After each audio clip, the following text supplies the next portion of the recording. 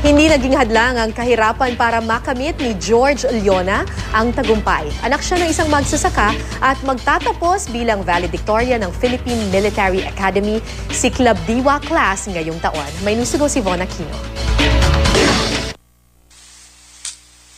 Kasabay ng papalapit na anihan, masayang ipinagdiriwang na mag-asawang Nelson at Gloria Leona ang pinakamalaking bunga ng kanilang paghihirap.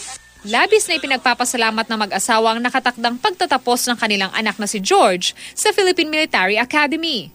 At hindi lang basta magtatapos ang kanilang anak, dahil siya rin ang valedictorian ng PMA Siklab Diwa class. Ipinagmamalaki raw ni Mang Nelson ang kanyang anak dahil hindi nito hinayaang maging hadlang ang kahirapan para maabot ang kanyang pangarap. Bagkus ay nagsilbi pa raw itong inspirasyon para lalo siyang magpursige. Si George ay tubong daraga albay, ang ika-6 sa 7 magkakapatid. Magsasaka ang kanyang ama at housewife naman ang kanyang ina. Kwento ng kanyang mga magulang, bata pa lang si George ay nagpakita na siya ng pambihirang talino. Parati raw itong top 1 sa klase noong nasa elementarya pa lang. Kwento ni Aling Gloria, bukod sa pagiging matalino, masunurin at mabait daw ang kanyang anak. Masunurin talaga siya. Gusto mo po siya po siya doon pumasok? Oo, tapos sabi ko, tinanong ko siya at tanong sa amin, nga ma, anong kukunin ko? Sa Air Force na lang hindi problema yun dito sa atin kasi nasa bundok tayo. May payo naman si Mang Nelson sa kanyang anak.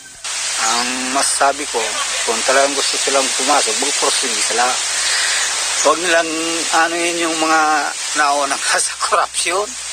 Yun ang mahirap sa kwan. Kailangan natin yung sapat. Von Aquino, GMA News.